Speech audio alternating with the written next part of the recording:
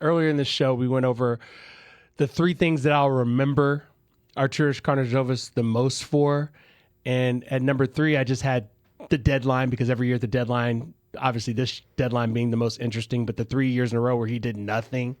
And then number 2 was, I don't know, Joe Dumars telling us that everybody after 7 he called and reached out to. And of course, the team directly behind the Bulls ends up with a 2026 unprotected pick. And then number 1, which I haven't told him, but I'll tell you right now, was not necessarily the drafting of Patrick Williams, because you know what? Every GM makes mistakes, although at number 4, that's a big mistake to make. But if you look up and down that draft, there were a lot of mistakes made early in that draft. Mistakes were made. Decision to re-sign this guy without letting him sign an offer sheet somewhere, anywhere, and paying him $90 million over 5 years. And that just told me, oh yeah, these guys don't have it.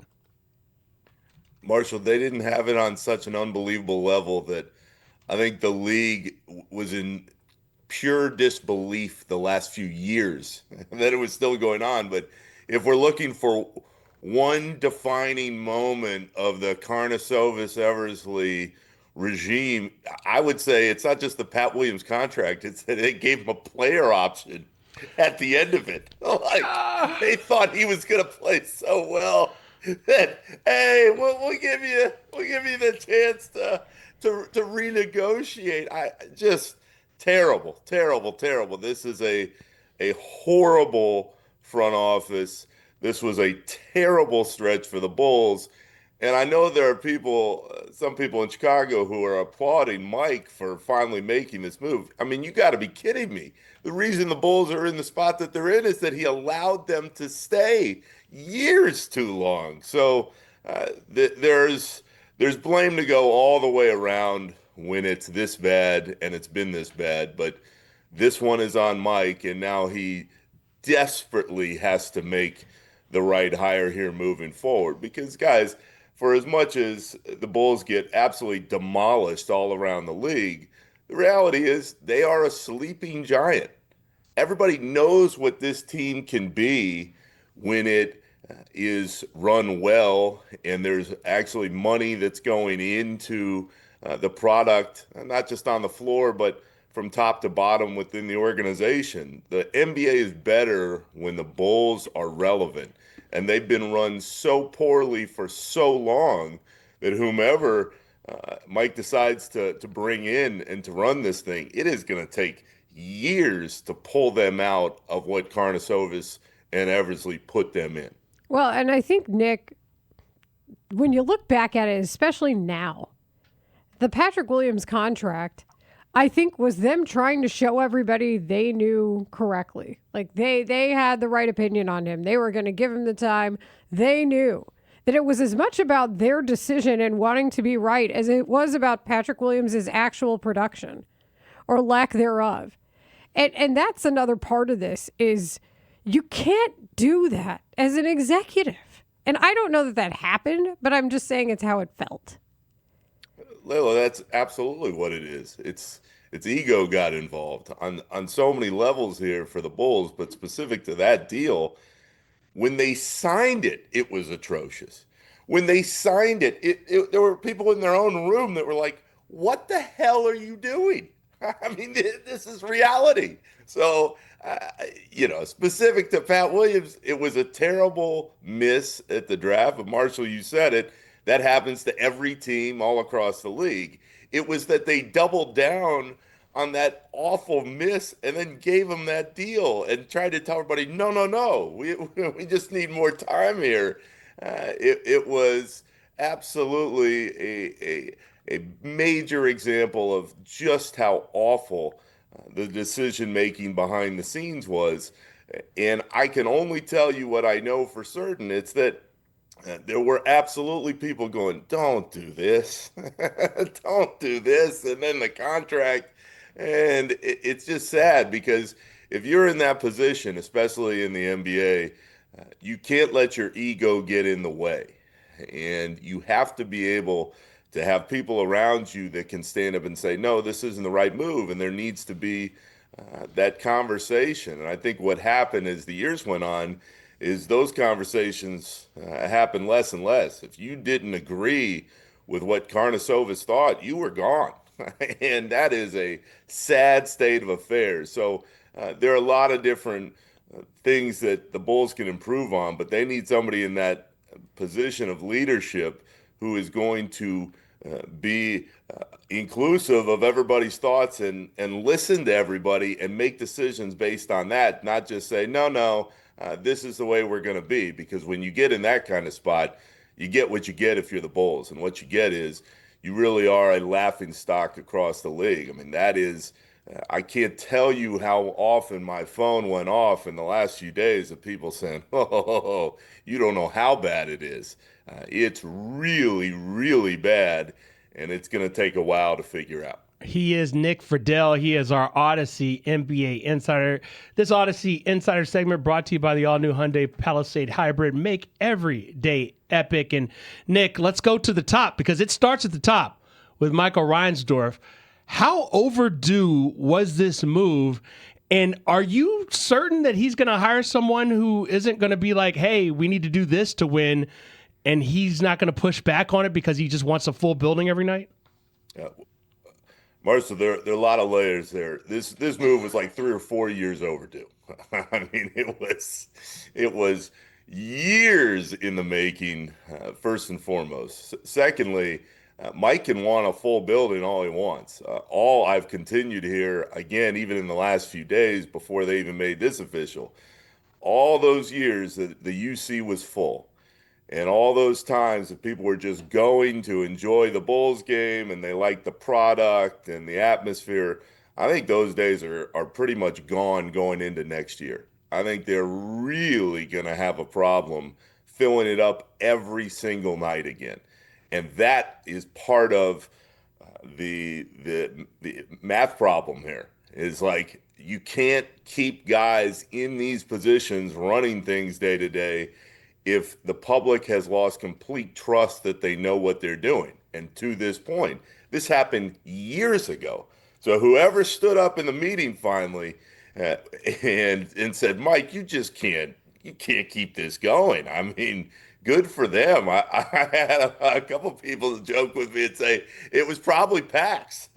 After all these years, Pax is still in those meetings, and Pax, for whatever you think of him, he's not going to take any BS. He knows what's going on. So whoever it was, good for them because it is a mess. But as far as the next person goes, this is why the whole Billy conversation is so bizarre. I mean, Billy is a really good coach, and obviously he made his bones in the NCAA at Florida, winning those titles, and he went to the Hall of Fame. But the idea that you're going to bring in a whole new front office and you're going to say, no, our coach is Billy Donovan, that's weird, but that's par for the course for the Bulls. So whomever it is, and I can tell you there is a lot of interest, again, because so many people believe in what the Bulls can be.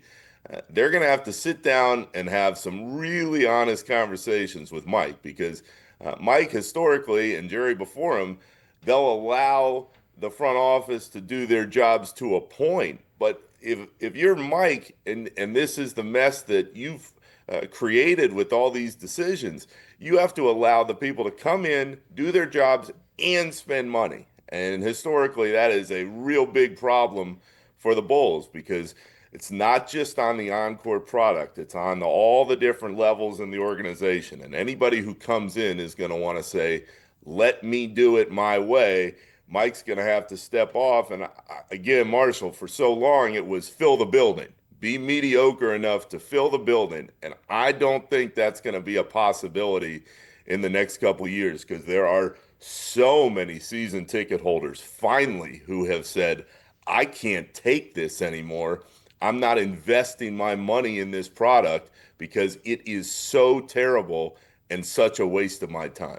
Well, I think too, Nick, it's just what you said about not only convincing Michael Reinsdorf that it's okay to tank, for example, or okay to do the common processes the league allows you to do, but it's also about who is respect-worthy enough and who's a heavy enough that would be okay with that setup. What are some of the possible names that you're hearing as to who could possibly replace Billy, Arturas and Marc?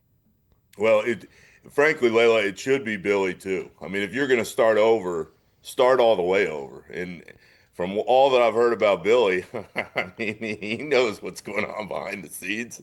He knows what a rebuild process this is. So I would look for Billy to be on the lookout for. I know there was a lot of smoke around that UNC job, but whatever NBA jobs come open next, I think he's going to have an eye that way because he knows what's going on here. But as far as the front office jobs, or both of them, and what happens, uh, the first call I'd make is to Bob Myers. Yeah. When you've had the success that Myers had out with the Warriors, and he's not in the league right now, and he's doing his consulting work for Josh Harris and that group, you call Bob and you say, what does it take? And this ties into the same problems we're talking about, y'all, which is it's going to take a whole hell of a lot of money.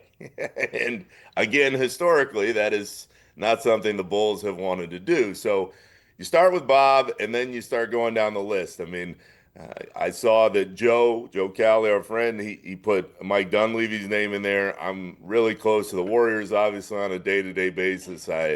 I do not see that one happening, but again, you make the call. I thought Steph No from the Sporting News had a good list, and included a few different names, but the one that really popped out to me was a guy named Steve Wyman, who worked in the analytics department for the Bulls for a long time, was respected by Tibbs, was respected by Hoiberg, is really respected by Billy, and he got absolutely demolished by Karnisovas. I mean, the amount of respect that somebody like that has in the league, and then it happens where he just disappeared one day and he's gone. That was a bad moment for the Bulls. Does he end up getting the job? Who knows what they decide. I saw Joe also put Masai Ujiri and Luol's name in there. What this has to be is somebody who can come in and absolutely define a new culture. And that is very difficult when ownership has the reputation that it has had for years and years. So, Layla, I'm not sure what direction they're going to go. It's the Bulls, so historically, again, they're probably going to go on the cheap and go in-house. Another name is Matt Lloyd, who has longtime ties to the Bulls and started off years ago in the organization. But any executive who wants this job is going to say, you have got to spend. And again, it's not just on the players, it's all the way around the organization. So whoever it is, good luck to them, because that is such a key difference here. You have organizations who will spend, and then you have the owners who will meddle in the middle of it. I think the Reinsdorfs, they'll take a step back most of the time, but they don't want to spend. So you have to have that financial component. And I'll be very curious to see whoever it is. But this can't be a Fred Hoiberg situation where you have the big nationwide search, or at least you say you do, and then you don't. This needs to be a really time-consuming process, and you've got to talk to a lot of different voices to get it right. Nick Friedell is the Audacy NBA insider joining us here on Rahimi, Harris, and Grote here on 104 through the score. Nick, we're up against a little bit, but I am curious to your thoughts on the idea of the NBA draft and all of these suggestions and what the commissioner, Adam Silver, is going to do to make it less tank-friendly. And, of course, the Bulls are a day late and a dollar short on this because next year would be the year they would be looking to tank. Marshall, they're usually 3 days late and $3 short. Okay, that's fair. I would tell you with the tanking, there is no good suggestion I've heard. The league is in a terrible place. And this obviously is much deeper than just the Bulls, but the tanking is out of control. The regular season product is terrible. And the short answer to a much longer discussion is there is absolutely nothing I've seen that leads you to believe that next year they're going to turn things around and everything's going to be all right again. This league has major problems with the day-to-day product. I think there are still really good examples of stars being compelling, and some games can be very good, but on the whole, most of these games are terrible. I mean, most of the regular season games, even if we take out the tanking, y'all, It's like the All-Star game now. It's just running up and down in the regular season. The playoffs are still great. The regular season is a joke. And there is nothing that I've heard that leads me to believe that whatever Adam Silver can cook up over the summer is going to make that much of a difference. Well, this has been positive. I am very glad to know that Cody did send you the video, because you were right. What is popular is not always right, and what is right is not always popular. So I appreciate Layla, that should be on my capstone of my Bulls coverage through the years. what is Because a lot of popular people is get not always pissed right, off. and what is right is not always popular. Yeah, that a lot of people get pissed off, but it is what it is with the Bulls, and I'll be curious if I see how this goes over the next few months, who they pick. But there's one more name I'm thinking of that kind of has popped up, and it's Kyle Korver for the front office stuff, and he has ties obviously to the Bulls as well. So the real question, y'all, as we finish up is, do they want to stay in-house or with somebody who has a connection, or do they want to kind of stretch it all out and start completely over? And if I'm Mike, with the way things have gone, I'm open and listening to everybody, and I am taking all the time I can before I have to make that decision. I need real panic- front office experience. I'm sorry. I need real front office experience. The panic that he and I just had when you said Kyle Korver's name, we both just put our hands on our face, and Ray goes, "What?" Like we can't handle that yet, Nick. We got to do another segment for that later. It's like a therapist session. I got to book you again. Hey, it always is. I understand completely. And Layla, I'll be here whenever y'all need me, because if I've learned anything with the Bulls, there's always something else that's going to happen. And there's always a reason why things look bad when they should look good. You're so right. Nick Friedell, always a great time to talk to you.